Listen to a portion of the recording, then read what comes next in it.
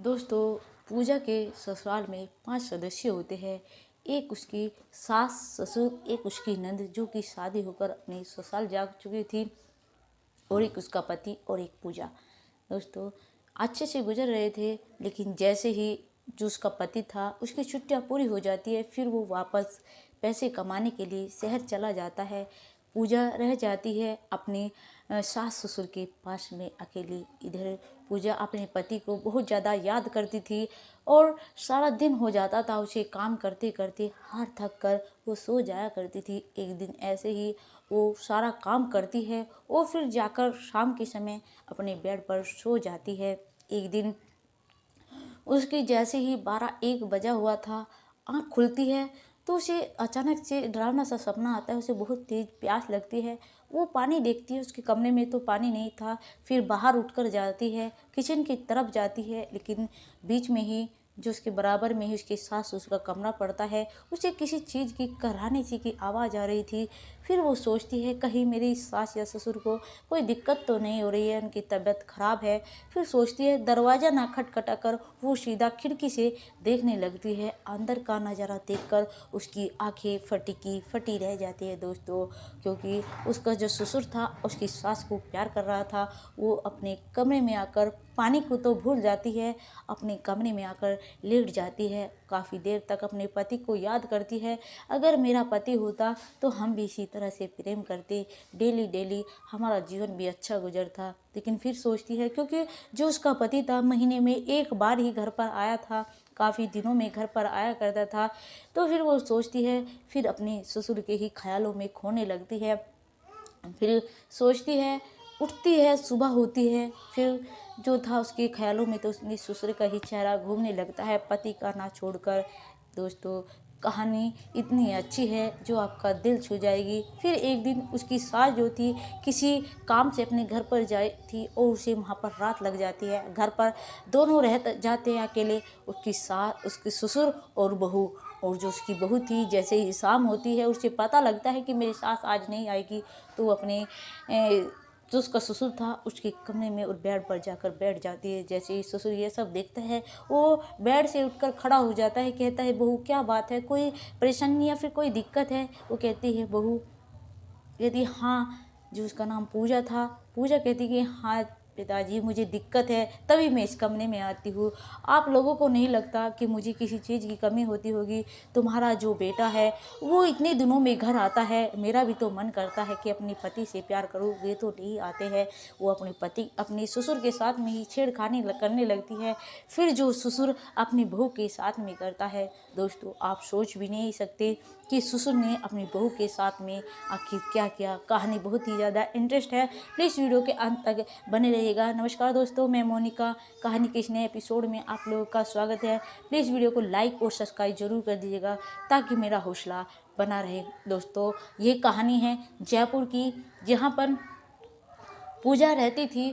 पूजा की आयु 19 साल थी। 19 साल के अंदर अंदर ही उसके माता पिता पूजा की शादी कर देते हैं, क्योंकि बूढ़े माता पिता थे। वे सोचते हैं क्यों ना अपनी बेटी की शादी जल्द ही कर दे। उसका पूजा का एक बड़ा भाई था जो कि शादी कर कर अपनी पत्नी को वहीं पर रहा करता था जहाँ पर वो कंपनी में जॉब करता था, इसलिए वे अपनी पूजा की शादी अपने आगे ही करना चाहते थे। पूजा की शादी वे सूरज नाम के लड़के के साथ में कर देते हैं। सूरज बहुत अच्छा लड़का था, होनहार लड़का था, एक कंपनी में जॉब करता है। पूजा सूरज के साथ में बहुत खुश थी, इसकी सास ससुर भी बहुत अच्छे थे। लेकिन जैसे ही सूरज की शादी में छुट्टी लेकर आया था, उसकी छुट्टियां पूरी हो जाती है तो वो जाने के लिए तैयार होता है। पूजा इधर रोना धोना शुरू कर देती, कहती कि मैं तुम्हारे बिना कैसे रहूँगी और तुम मुझे ऐसे कैसे छोड़कर जा सकते हो। लेकिन जो सूरज था अपनी पत्नी को समझाता है कि देखो, घर में कोई कमाने वाला नहीं है, सिर्फ मैं ही हूँ। अगर मैं ही नहीं कमाऊँगा तो क्या खाएंगे माँ पिताजी, क्या कहेंगे? मैं ही तो उनका इकलौता सहारा हूँ। इधर सूरज अपनी पत्नी को, पूजा को समझा बुझाकर, पूजा जो है समझ जाती है कि हाँ वाकई में अगर ये नहीं करेंगे तो हम खाएंगे क्या है।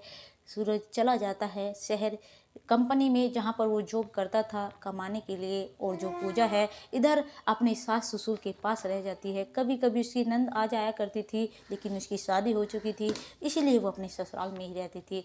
इधर जो पूजा है उसका मन तो नहीं लगता था, लेकिन लगाना पड़ता है, क्योंकि फिर उसे ख्याल आता था अगर वे नहीं करेंगे तो फिर क्या होगा, और फिर माँ पिताजी भी क्या कहेंगे।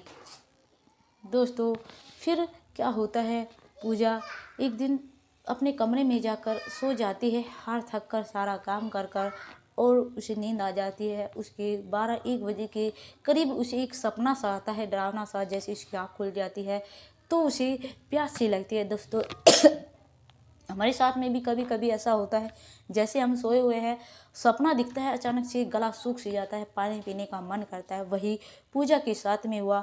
वो उठती है, पानी देखती है तो उसके रूम में पानी नहीं था। फिर वो किचन की तरफ जाती है, लेकिन पहले उसके सास ससुर का कमरा पड़ता था। उसे कुछ आवाज़ें आती है, वो सोचती है कहीं मेरे सास ससुर की तबीयत तो ख़राब नहीं है। फिर वो खिड़की से झाँक कर देखती है, दरवाजे से ना से जब वो देखती है अंदर का नज़ारा, तो उसकी आंखें चकाचौंध हो जाती है, फटी की फटी रह जाती है। फिर वो अपने कमरे में जाकर लेट जाती है, पानी तो भूल जाती है ना, और अपने कमरे में जाकर सोचने लगती है, अगर सूरज यहाँ पर होते हम भी ऐसे ही प्यार करते, वो भी मुझे इसी तरह से प्यार करते। अपने पति के बारे में काफ़ी देर तक सोचती है। फिर सोचती है वे तो पूरे 2 महीने में आते हैं, बुलाती रहती हूँ लेकिन वे नहीं आते हैं। फिर वो क्या है, उसकी आंखों के सामने अपने ससुर का ही चेहरा घूमने लगता है, अपने ससुर के बारे में ही सोचने लगती है। ऐसे करते करते उसे नींद आ जाती है। सुबह आँख खुलती है, उसके ससुर थे, चाय ले जाकर देखती है, उसके ख्यालों में तो वही आ रहे थे, उनके बारे में ही सोचती है। फिर वो मौका देखती रहती है, कहीं मेरी सास जाए तो मैं अपने ससुर के साथ में कुछ ऐसा करूं। एक दिन की बात है, जो उसकी सास थी, उसके सास के उसके घर से फ़ोन आता है कि उसके भाई की जो है बहुत ज़्यादा तबीयत ख़राब है। उसकी सास अपने भाई को देखने के लिए चली जाती है, लेकिन उसे वो उस दिन नहीं आती। वो फ़ोन कर कर बता देती है पूजा को कि मैं आज नहीं आ पाऊँगी, कल सुबह आऊँगी। यह सुनकर पूजा तो पूरी खुश हो जाती है, और जैसे ही शाम होती है, खाना उसका ससुर खाता है, वो भी खाती है। और जैसे ही रात के 11 बजते हैं, जो पूजा थी वो अपने ससुर के कमरे में जाकर बैठ जाती है, जहाँ पर उसका ससुर सोया हुआ था उस बेड पर ही जाकर लेट जाती है। जब ये सब ससुर देखता है, एकदम तुरंत उठकर बैठकर खड़ा होता है, कहता है क्या बात है बहू, क्या तुम्हें कोई दिक्कत परेशानी है, डॉक्टर को बुलाना पड़ेगा क्या? वो कहती है नहीं, डॉक्टर को नहीं बुलाना पड़ेगा। हाँ मुझे परेशानी है, क्या आप लोगों को नहीं दिखता है? मुझे भी याद आती है सूरज की, लेकिन वे तो महीने में सिर्फ एक बार आते हैं। मेरा भी मन करता है उनसे प्यार करने का, लेकिन ऐसा नहीं होता है। जो उसका ससुर है वो कहता है देखो बहू, वो नहीं कमाएगा तो हम लोग खाएंगे क्या? ऐसा करते हम तुम्हें उसके साथ में भेज देते हैं। लेकिन उसे पता था कि सूरज अपने साथ में नहीं ले जाने वाला, वो अपने माता पिता से बहुत ज़्यादा प्रेम करता है। वो कहती कि नहीं, मैं उनके साथ नहीं, मैं यहीं पर रहकर तुम्हारे लोगों की सेवा करूँगी।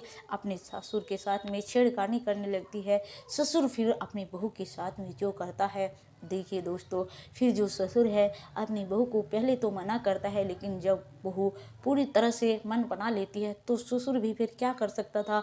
वो भी दोनों आपस में रजाबंदी से आपस में संबंध बनाने लगते हैं। और फिर सुबह होती है, अगले दिन उसकी सास होती है। जब भी मौका लगता था उसकी सास कहीं पर जाती थी, दिन भर या फिर रात को वो यही सब किया करती थी। एक दिन जैसे ही सूरज आ जाता है बिना बताए घर पर, और दोनों को एक साथ देख लेता है।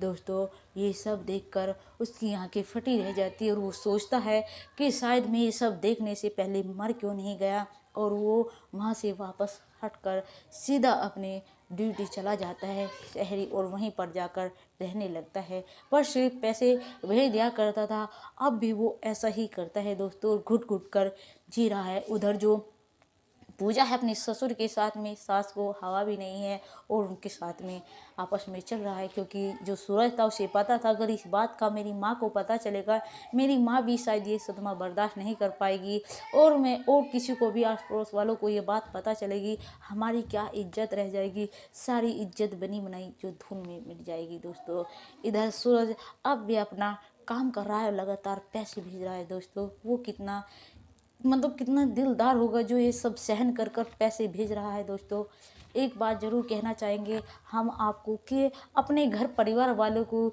ज़रूर टाइम दीजिएगा। दोस्तों, पैसा ही जीवन में सब कुछ नहीं होता है, अपना परिवार भी होता है। अगर किसी लड़का या फिर लड़की की शादी हो गई है, अपने पति को या फिर अपने पत्नी को टाइम देना भी बहुत ज़रूरी होता है दोस्तों। वरना आपने देखा ही होगा इस वीडियो में क्या हाल हुआ है, और जो सूरज है वो घुट घुट कर जी रहा है। दोस्तों, हमारी ये कहानी आपको कैसी लगी है प्लीज़ कमेंट में ज़रूर बताइएगा, और चैनल को लाइक और सब्सक्राइब जरूर करिएगा। नमस्कार दोस्तों।